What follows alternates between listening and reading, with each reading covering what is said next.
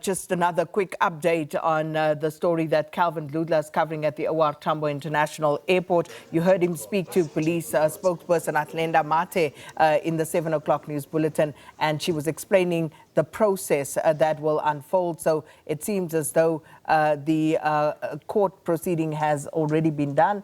They are now moving, as they indicated, Leanne, that he will then be handed over to Chinese officials and be extradited. Yeah, it's quite this is not something that you get to see what happens behind the scenes when somebody is extradited. And they obviously are giving us full access there. You can see the media following, watching, seeing how this process works. And we even a bit earlier saw this gentleman crying, obviously knowing his fate as soon as he gets onto that flight back to China, and then of course faces, I imagine, a lot of jail time. And this is on the back of defrauding, I think to the tune of about 120 million. That's correct. Yeah, that's what Atlenda Mate said.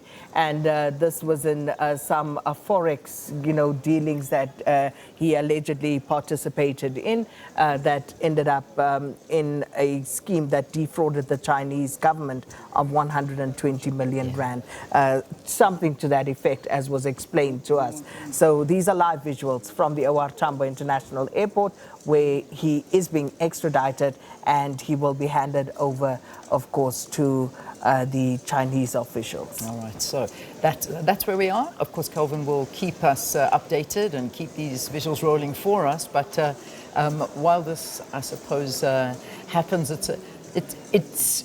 we're not too sure at this point if he is alone or if there is anybody that is going with him. But certainly now, at the moment, we're only seeing him. So he is the one that we're sort of focusing our attention on and seeing how this process works behind the scenes. It's quite sort of interesting to see how these guys arrive and what they've done in the country. And when two countries have got this extradition treaty in place, this is what happens, that one country is able to do it. So there we go. We can see now, I think, if I'm not mistaken, that's kind of going into the departures into immigration as they go through, and that's that place. It's quite fascinating, I imagine. It is. All of the travelers are also watching this taking place as the police and Interpol and all of these guys are sort of walking there and accompanying it, everyone wondering what is going on. Yeah, border management authorities and, as you said, Interpol. And we see what we assume to be some Chinese nationals there.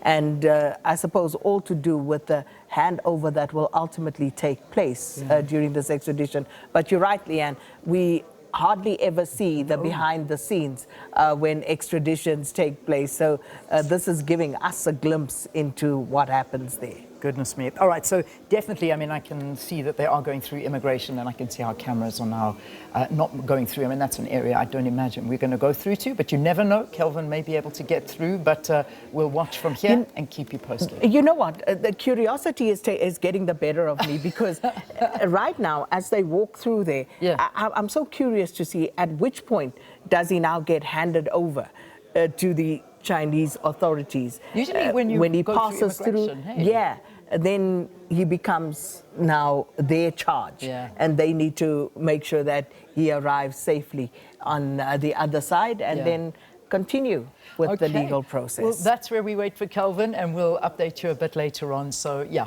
we'll leave those visuals for now.